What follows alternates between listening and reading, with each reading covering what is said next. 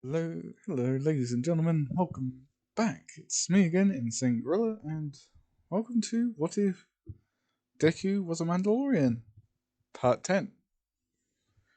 And where we left off, Sabine and Idril just met, and well, Sabine and Idril do not get along. They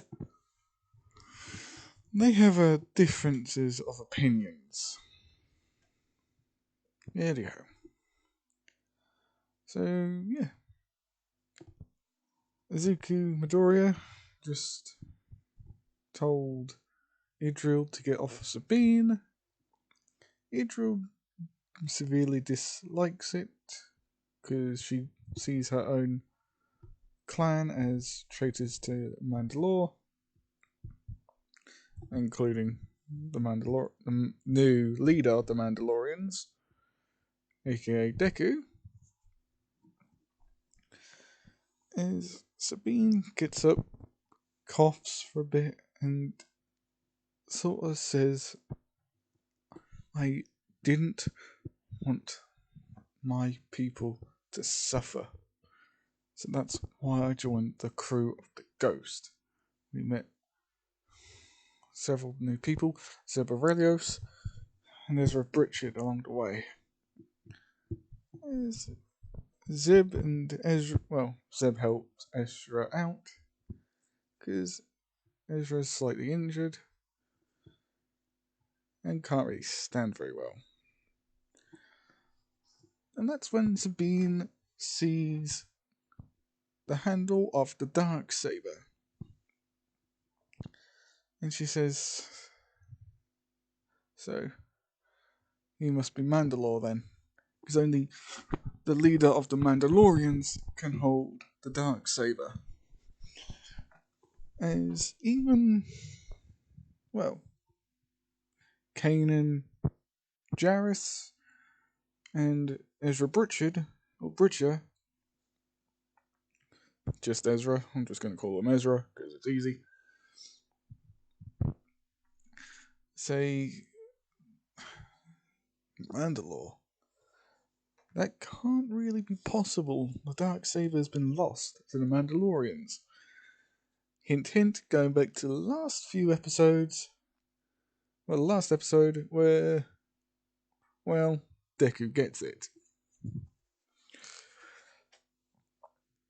As Deku says, I am the new Mandalore. The chosen, apparently. As Sabine says, why chosen? And this is where another shuttle lands. As a, well, somebody walks off. I didn't find the picture, so sorry. But I believe you may recognise the voice. Well, recognise the person who says this. Hello there. I must say, the Mandalorians do know how to make an entrance and a disappearing act when necessary. As Kanan recognizes the voice, says, Master Kenobi. Yes, I know I'm fashionably late, but the Jedi always turns up when they're on time. They sense the growing power of Mandalore over there. Quite impressive. Although, I never thought I would see a Mandalorian who could use the Force. As all the Mandalorians look at Deku, saying, wait, you can use the Force. As Deku says, well, my secret had to come out sooner or later. But trust me, my people, I am a Mandalorian through and through. As he says he's long lost relative of Tar Vizsla, the first ever Jedi, Mandalorian. He had the time to go and do a bit of, not soul searching, but ancestral history. Let's say that. And he found that he's the relative of Tar Vizsla. So he's dropped the Midoriya part and said my new name is now Izuku Vizsla. Tar Vizsla, in honor of my great ancestor. But you can still call me Izuku or Deku. Just know if we're ever in a battle, call me Tar Vizsla. As all the Mandalorians bow, as they say, the long lost relatives of the Vizsla family. Of one of the Vizslers. There was Shay Vizsla. Now there's you.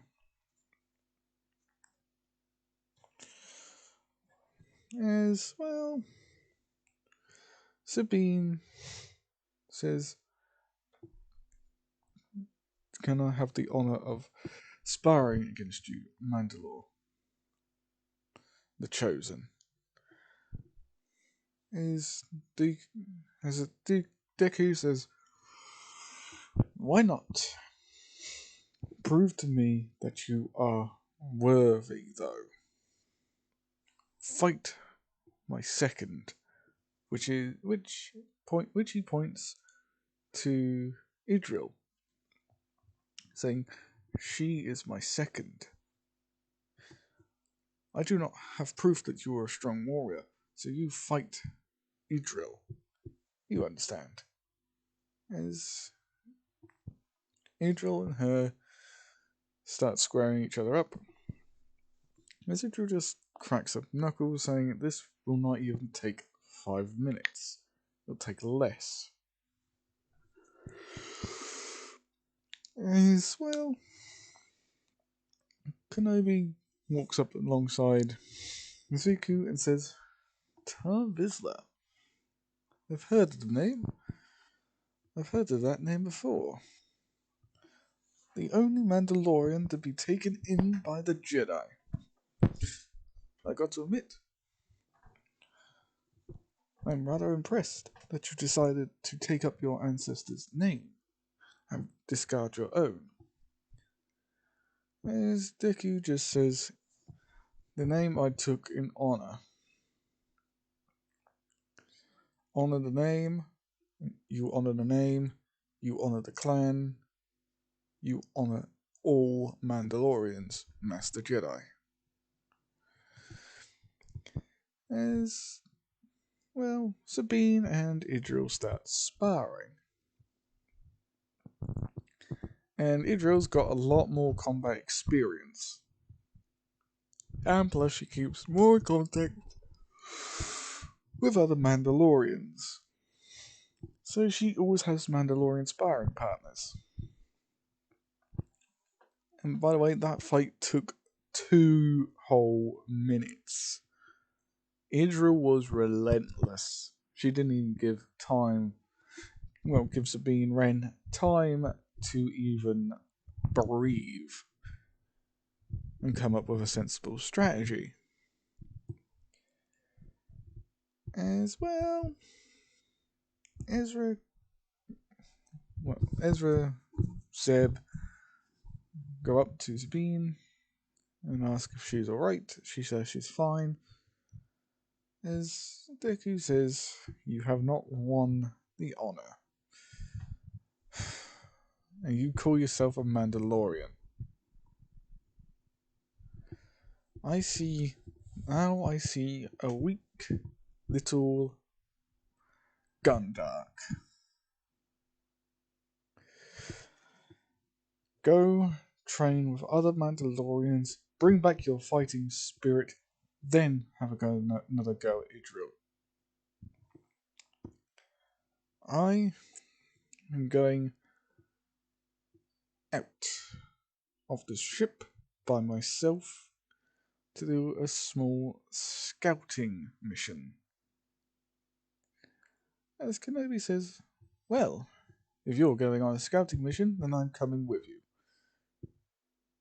Who says you can't always have a Jedi watching your back? As Deku just says, it would be my honor to have a Jedi Master such as yourself fighting alongside us. As well, as Obi-Wan Kenobi just says, indeed. I got to admit, I want to see your skills in espionage and fighting. As Deku just says, do you want to have a sparring test now? As Obi-Wan Kenobi just chuckles, saying, no. Perhaps when we get back. When we get back, we'll have a sparring contest. But are you sure your ship's thoroughly hidden? As Zuko just says, pretty much, we're hiding in an asteroid field. We've pulled all the asteroids over to us, so we can keep ourselves hidden. Even though you did manage to find us, we kept the hangar bay open, so, well, we can get in and out. Got a problem with this, Master Jedi? No, I do not. I can't do an Obi-Wan Kenobi voice. Sorry. But, anywho, as they leave, and the planet they go to is, well, Dantooine. As Obi-Wan Kenobi sort of asks, what are they doing there? As Deku just explains, I'm looking for a place for my people to train, out of the reach of the Empire. Dantooine is the first of many stops to make. As they look around, Dantooine seems to be fairly hospitable, and able to support life, considering there's a farm and all that. As we go to different planets to find that they're inhospitable and very hostile, and there's barely any stable ground for them to land, set up defences, and all that. So Deku chose to go with Dantooine. And when the ship enters low orbit, they set up defences on a stable landing plateau, and set up training quarters, food halls, and yada yada yada. And this is where they find another clan of Mandalorians. These never knew there were other Mandalorians out there. As they come out and see Mandalorians, a small scuffle happens between all of them, but that's when Deku comes out with a Darksaber, and them all seeing Darksaber bow immediately. And after a few days, well, they have a thriving settlement going. And of course, this is when a discussion between Idril, the Mandalorians, Obi-Wan Kenobi, and Izuku happen. As Idril stance, we need to sort out this massive problem. And you know which problem I'm talking about. I'm talking about Grand Admiral Thrawn. Grand Admiral Thrawn is a brilliant tactician. He will often sacrifice a few pieces on the board for a greater goal. He is brilliant. He is smart, cunning, extremely knowledgeable about the history of the Mandalorians, and he will not hesitate to use everything against us. He's a philosopher. He also uses art, personal belongings of others, their background, their history. He uses everything.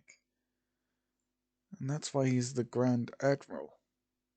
As another one perks up, he has also won several battles against the Mandalorians before. So the biggest slightest hatred towards him is considerable. And plus he works for the Empire. So the Empire have a massive advantage over us. As well, Hera walks in saying, not only that, he has been hounding the Rebel Alliance for some time.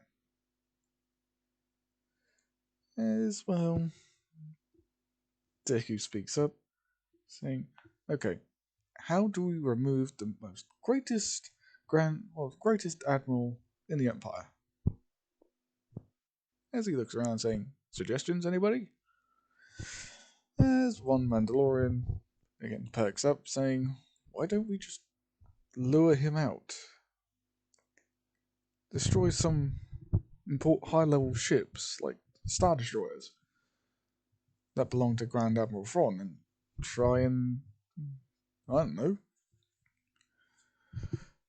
just try and grab his attention.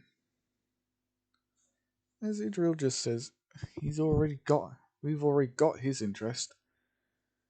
If while we still have the rebels with us, he will be hounding us 10 times harder. He knows how bad we Mandalorians are if we join the rebels. And if we join the rebels, the Empire's got one major powerhouse on the rebels' side. Well, the rebels have a major power play, well, not power play, but powerhouse on their side. The Empire doesn't want that. Grand Admiral Thrawn will make sure that they do not have us as the powerhouse. As Idril continues explaining why it's a bad idea. And this Mandalorian then comes up with another idea saying, okay, so we don't go after the Star Destroyers. We go after something that he personally has. His home planet, or hell, even his fortress world. His fortress world is somewhere out in the outer rim, unknown regions, close to the borders of known space and unknown space. We could always go after that. As another Mandalorian perks up again, saying, no, if Grand Admiral Thrawn is as good as everybody says, he is most probably going to have defences watching his planet.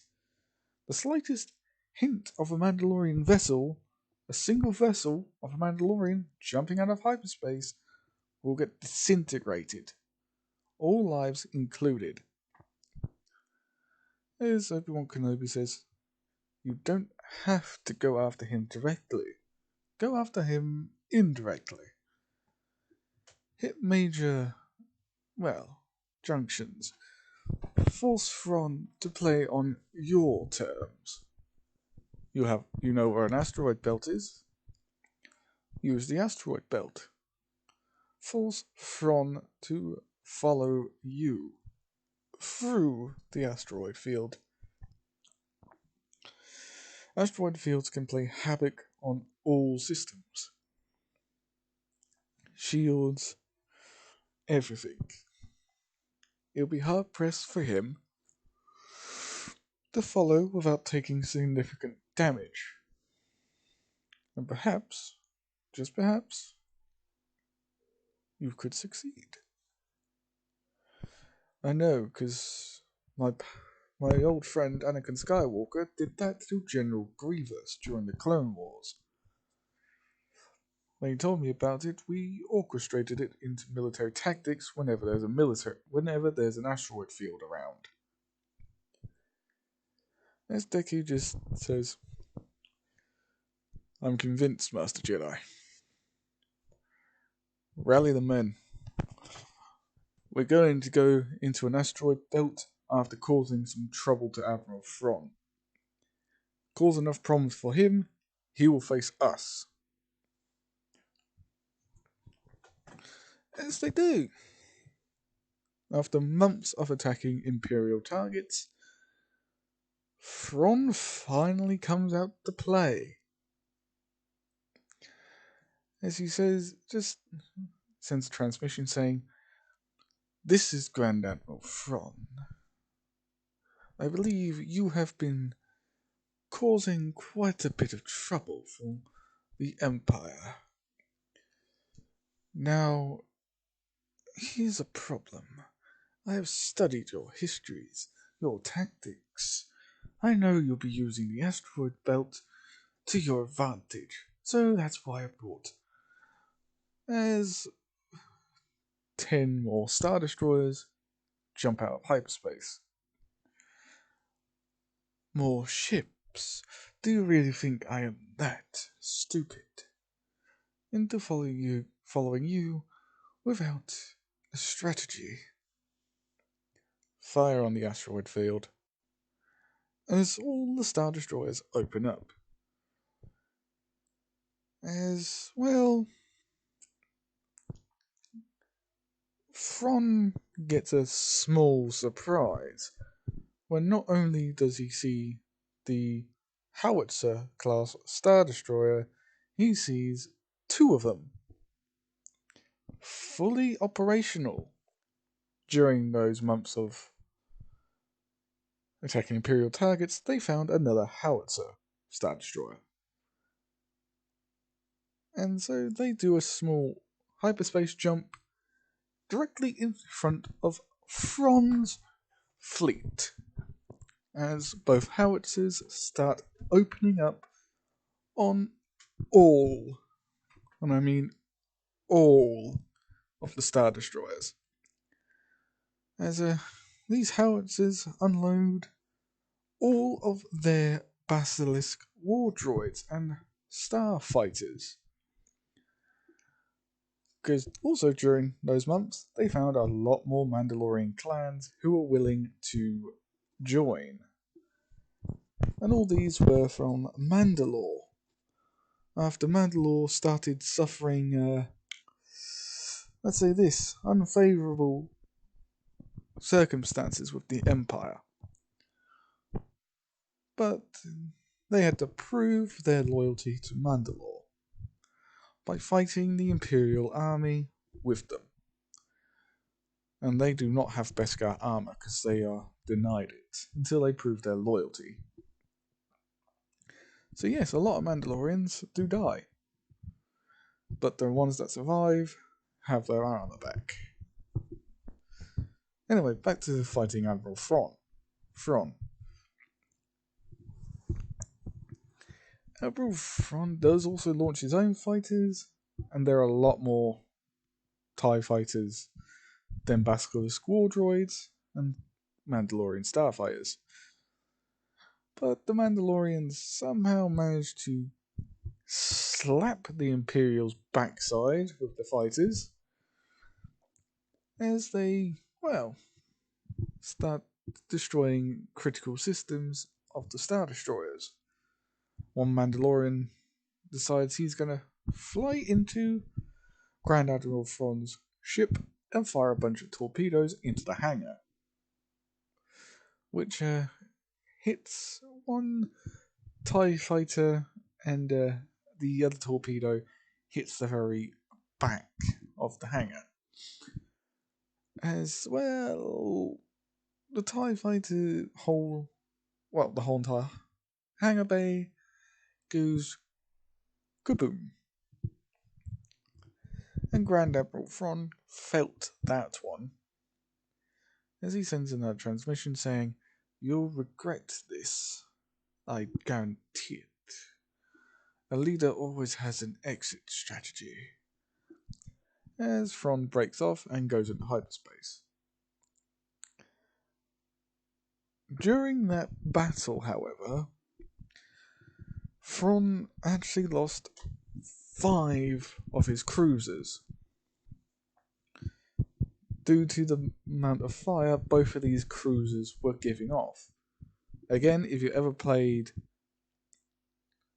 Star Wars The Old Republic, the online version, and you actually go into a space battle, you would know how many guns those cruisers have. They have more than a normal Star Destroyer, so they kick out a lot more firepower. So yeah.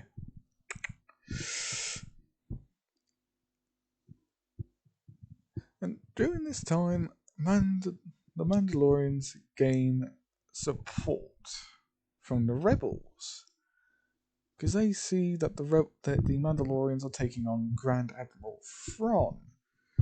So a lot of, well, regular people side with the Mandalorians, because they know that they're taking on Grand Admiral Thrawn, and the extra firepower would not go amiss. Now, this is where, well, this is where they find a distress beacon as they go back to, well, head off from their battlefield. They find a distress beacon, and, well, they follow it. Follow the distress beacon's signal as they jump to hyperspace. And I mean all the ships jump to hyperspace. As Obi-Wan Kenobi is meditating, saying, I sense something. Something far more disturbing. As Deku says, I can feel it too. Great pain on my chest. Earth. Navigators. Drop out of hyperspace, as all cruisers do. Well, the 2 cruisers and the ships do, and the rebel shuttles do. Not shuttles, ships do. As, well, they say, why are we stopping? As Mandalore says, we're sending you coordinates for a planet which is my home world before I went to Mandalore.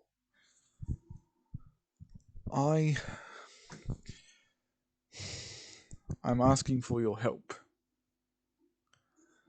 As they agree, as a few hundred more rebel vessels join them, saying we'll all help you. As well, they jump to see Earth is under attack by the Empire. As Deku and his fleet drop out of hyperspace, the Imperial fleet changes directions to face them.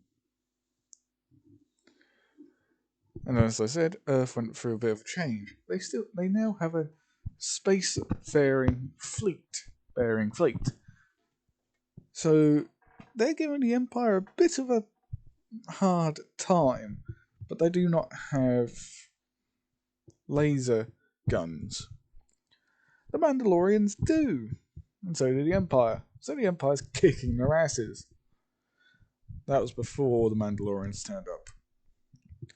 And after a few days of fighting up in space, they go down to the planet's surface. And oh boy, do people have a bad time. Now, considering the Mandalorians have returned, Deku gets his battle armor back on. because he knows he's going to need it. Because he can sense, well, him and Obi-Wan Kenobi can sense a dark presence on the planet. And he knows, or both of them know exactly who it is. As they land on in one city, which turns out to be in Japan. So, yeah. Going to Japan, we see Class 1A, Class 1B, the whole of UA, all the heroes, the military, everything. Hell, the whole planet being attacked by the Empire. And so, when we see Class 1A and Class 1, going back to Class 1A and 1B, they're fighting a legion of, well, 3 legions of stormtroopers along with their vehicles. As Bakugo tells one of the men, one of the military personnel, to call for reinforcements because they need it, or hell, even air support. As this guy says, I can't, we're being jammed. As a transmission comes through saying, do you want some help?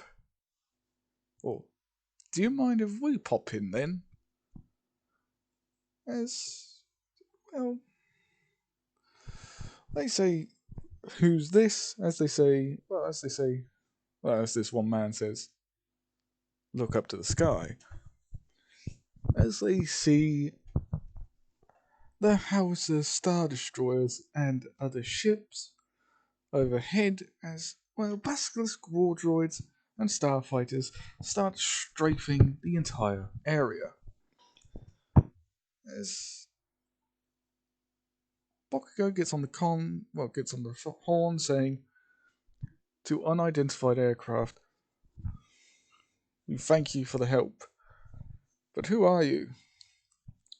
As 2 voices come online saying, I am Mandalore the Chosen, and this is Captain Antilles. I know, Captain Antilles, I know. This is before, well, everything. With the Death Star and that. As they say, the Mandalore of the Mandalorians, the leader of the Mandalorians, and Captain Antilles of the Rebel Fleet. We're here to help you with the Empire. As well, they all fire upon the nearest battalion of stormtroopers.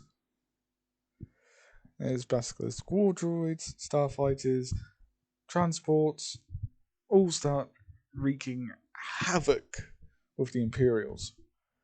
Hell, the Mandalorians, because they got jetpacks, jump out of the cruisers and start flying. Ballsy, I know, but a Mandalorian with a jetpack is a weapon. As they see dozens of Mandalorians, dozens, even thousands of them, all flying overhead, firing their pistols, rockets, hell, even flamethrowers. As the rebel transports land nearby, unloading their troops. The troopers, as they all run. As a cloaked individual walks off, as he pulls out his lightsaber and activates it, and starts running towards the front lines. Or running however fast a slightly old man could run. Considering Obi-Wan Kenobi is getting old. As well, he sort of jumps, slicing 5 Imperial troops in various places. As well, the stormtroopers say, "Get that Jedi scum." As they all start firing on Obi-Wan Kenobi, as Zuko jumps in, activating 2 dark-bladed lightsabers. As he says, "You're going to have to try better to kill this one with me around," as both him and Obi-Wan Kenobi wreak havoc.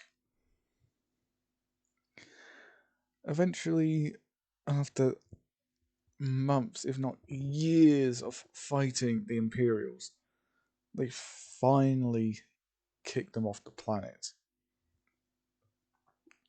There's a few small holdouts still here and there, but they're getting quickly routed by the, Mandalorians and the rebels.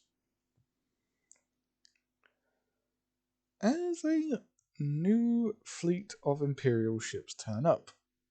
And once again, it's Admiral Thrawn. But he's there to evacuate one very important person. As all ships start firing upon his vessel, or his fleet. The Mandalorians have their cruisers, have the 2 cruisers that they've got, along with the rebels, go back into space to give Thrawn a welcoming committee. And Thrawn is pissed. He knows those 2 cruisers, the Mandalorian's Revenge and the Mandalorian Tyrant. Both ships have now gained the reputation of being virtually unkillable, with the tacticians on board both ships in being in perfect unison. Yeah. So his fleet once again gets battered and bruised, while Zuko deals with this presence he's been feeling, with Obi-Wan Kenobi by his side. And lo and behold, they see a black figure with a metallic breathing sound as well. Obi-Wan Kenobi and, Zuko both know who this is. As Obi-Wan Kenobi says, "Darth Vader. Lord Vader." As Lord Vader says, "Obi-Wan Kenobi. It's about time I faced you again. You're getting weak, old man." As well, he looks towards Zuko with the same armor he has on in the picture, as he says, "Impressive. It appears you have gotten stronger, Mandalorian." As he says, "You can't win, Darth. Strike us down, and we'll become more powerful than you could ever imagine." As well, Vader, starts fighting them. Not really defeating anybody, more like he gets pushed back severely, eventually getting force pushed by both Kenobi and Zuko. And he goes flying through a building, which hurts, by the way, as he makes a run for it. But anyway, hope you liked this. Like, comment, and subscribe for more. And peace.